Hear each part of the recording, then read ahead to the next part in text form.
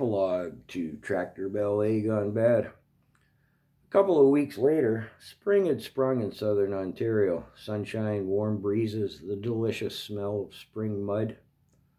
Todd slipped up behind me as in between mid-morning classes I was in transit with all the other students in the hallway. Our paths hadn't crossed since the day in the ravine. "I got a half a fatty," he whispered into my ear. "Want to slip out the side door and smoke it?" "Yeah, I'm in," I replied. With 5 minutes from bell to bell signifying class change, Todd and I had no verbal exchange as we had a couple of tokes each off the half thing he'd no doubt stolen from one of his older brothers. The last bell rang, indicating we were now to be seated in class. And as Todd and I jostled through the door, "Thanks," I said, heading off one way. "See you," Todd replied, heading the other direction. The class after that was lunch period for me, and I headed out to the smoking pit. Yeah, that's what it was called, if you can believe it. A designated smoking area for students. You were, of course, supposed to be 16 years of age, but I never saw an attempt at that being enforced. Teachers were too busy puffing away in the staff lounge. Reaching into my jean jacket pocket, I was taken aback to find not one but 2 packs of smokes. One was oddly weighted. "Ah, Todd, you slippery bugger." A half pack of smokes and a little red Grand Pappy McIntyre Alamo knife. I heard jostling at the door. The girls emerging in spring attire after winter's growth hidden behind heavy sweaters held an undeniable allure, but the farm beckoned as well. Afternoon geography classes, memorizing the flags of Europe. It's 1976. I can't see myself being a soldier lost behind enemy lines in a war in the European continent, perhaps finding that useful. Math class, had that down on Monday. Today was Thursday. Review day for the test tomorrow. I could have taught the class on Tuesday. Did I even attend yesterday? Yeah. Who cares? I'm out of here, I said to no one in particular as I headed to the office to sign out. "Hello, Scott," said Mrs. Coles as I entered the office. Mrs. Coles was a contemporary of my mother's, as well as the mother of 2 sons who were my buddies. She ran the school office with dignity and aplomb through a revolving door of principals, and we were well acquainted on both a professional and a personal level. "What brings you in?" Oddly and rarely enough, I might add. "I don't recall your presence being requested today." "Just came in to sign out," I replied, returning her smile. "Oh, delightful," she responded as she passed me the sign-out log. "Your creativity is without rival." She spun the book around. "Let's see. 2 mares slow to drop," meaning female horses about to give birth, "and the cricks in a state of floodation." "Not bad," she tittered. "It'd be hard to top your last entry, mind you. Let's see what that was. Oh yes, here it is, March 10th, our last big snowstorm. Community dependence upon me snowplowings as dictate for the creation of me absentisms from the English class." "That was one of your better ones," Mrs. Cole laughed. "It's a shame you're not graded on them, really." I had one eye and one ear on the open door of the principal's office the whole while, and as the phone conversation seemed to be coming to a conclusion, began to back towards the door. "Scott," said Mrs. Cole, smiling, "I do believe you are on probation." Now, when there was a snowstorm, I just simply didn't go to school. I plowed the snow, and the tractor made me money. Prohibition meant the principal had to authorize signing out at the time before being allowed to depart. I thought that it had expired by now," he replied, warily eyeing the principal's office. "I don't recall you ever being off probation," Mrs. Coles laughed. Click clunk went the phone receiver into its cradle, and the chair squeaked in the principal's office. Mrs. Cole's eyes twinkled in merriment. I was now a rabbit caught in the headlights. I couldn't turn and dash and leave Mrs. Coles hanging, so I shot her a wink. As the principal emerged from his lair, we stood staring at each other as Mrs. Coles turned her back to him and began to pursue something apparently elusive in the filing cabinet. "Mr. Misales," he said with a tone that ran the gamut from weary resignation to my being representative to him of everything that he found unsatisfying, aggravating, annoying, and probably approaching loathsome. "Mr. Fink," I replied, my tone matching his in meaning and intent. And no shit, his real name was Mr. Fink. Wait, it gets better. Dean Fink. Principal Dean Fink. No shit. The student body didn't even bother to try to hang a monitor on the guy, mostly because nobody cared for him either way. And how could you top Dean Fink principal anyways? "Is there something I can help you with?" he inquired sourly. "Oh, I highly doubt that," I replied, letting it hang just long enough. "Unless you know anything about late dropping mares. Little Maggie's tits were flaking this morning." Now, that's an old farmer's expression. A mare's teats or tits could technically be called an udder. The protective coating called wax can be monitored in an effort to project within a day or two the time of birth. I paused slightly. It's her first foal and she's quite late. Snowflake's the same, but her tits haven't waxed yet. I paused again. And to complicate matter, the crick's in a state of fluidation. I highly doubt you can fathom as to how that could complicate matters for me if one of them was to breach. "It's all there in the log," I summated, pointing at the counter.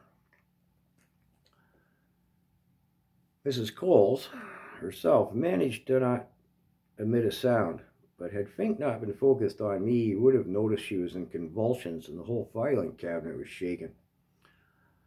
"Can't make any sense of that. That's foolishness," Fink spat, sending the log spinning across the counter. "I beg to differ, Mr. Fink. I can ill afford any foolishness in the matter of late dropping mares and a flooding crick."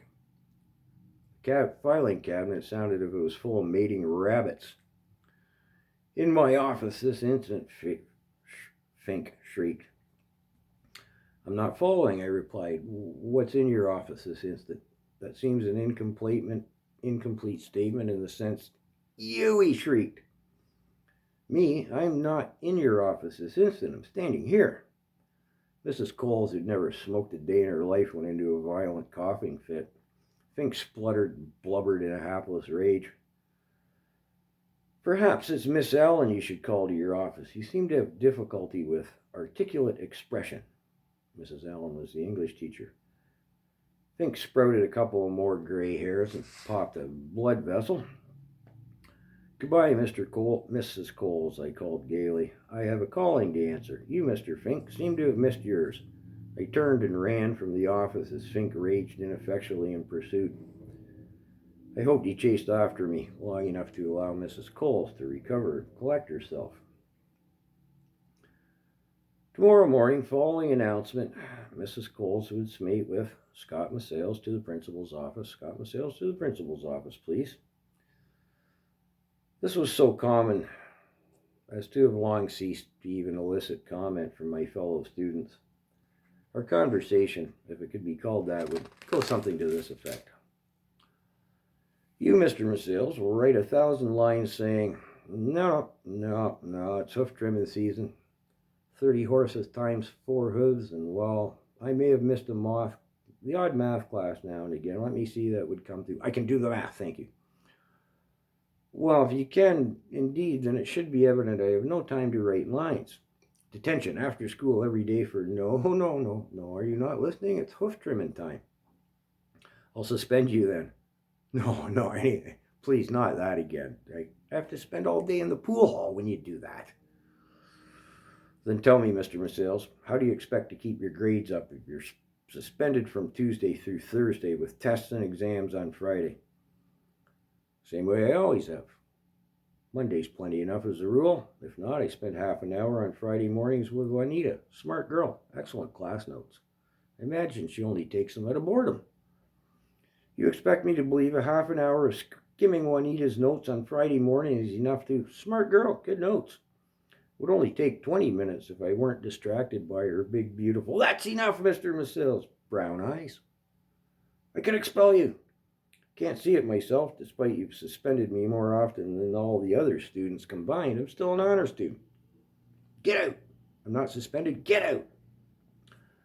Shame, I do like an excuse to snuggle with Juanita, her rich, full, luxuriant Mr. Masil's hair.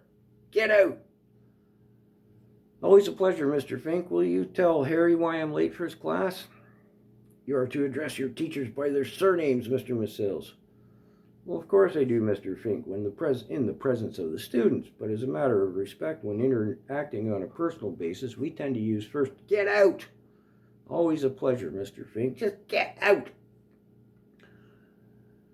Having fled Fink, it was a 15-minute walk back to the barn, which was a sodden mess, or an extra 5 minutes down the railroad track to the front and up the drive. Opting for the dry route, I trotted up the drive, delighted to see the herd in the front upper field grazing on the emerging grass. Horses need their diet changed slowly from hay to the protein-rich fresh grass of spring. As ours roam freely all year round, this progression evolved naturally. Arriving at the driving shed, I gave Baby Doll an affectionate pat on the hood, slipped into my rubber boots, loaded my pockets with sugar cubes, and walking with staff in hand, headed out. My charges, of course, greeted me with affection and adoration, and why should they not? After all, it was I who fed them, monitored their health and welfare, tended their wounds and ailments, and kept them from harm. Rather sweet on sugar cubes had little to do with the matter, I'm sure. Little Maggie nuzzled me lovingly as, checking her tits, I informed her with confidence she'd fall tomorrow night. Of course, she merely may have been suggesting that she'd like another sugar cube. I worked through my herd, checking teats and hooves here and there, admiring the new foals, nursing, and generally feeling pretty damn good about myself and the world as a whole. This beat geography class hands down, and having to put up with Fink for a half an hour tomorrow morning would be a small price to pay. Last in line was old Jojo, and although it runs off the subject matter, I'd like to tell Jojo's story. Jojo had arrived midsummer the previous year, and the old man had watched me intently as I studied Jojo after he unloaded from the trailer. Jojo looked about his new surroundings with a wary resignation. He's been passed around a lot, I thought to myself. His eyes kept drifting over to study me, while trying not to let on I held any special interest to him. Oh, great, I thought. He's been misused, or worse yet, abused by one or more young men. Jojo's huge. Short of a workhorse, I'd seen few horses who'd rival his size. Big bone for a gelding. He hasn't set that left rear hoof on the ground once since he unloaded. Black with some white patches and mixed-match stockings. Not a pretty horse, but something tells me there was something extraordinary about him when he was young. Let me think now. A horse his size wouldn't be apt to live past 30 years of age, so what are we talking? Headed for 25 maybe? What the fuck? Something's out of whack here. There's no gray in his muzzle. Conformation between his neck and withers doesn't say old. I studied his joints, his stance, and his musculation.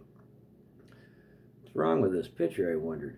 I needed to introduce myself to Jojo, and I'll have some difficulty explaining this. You see the chapter is running on. I'll break it, or the epilogue, so I'll break it in part here.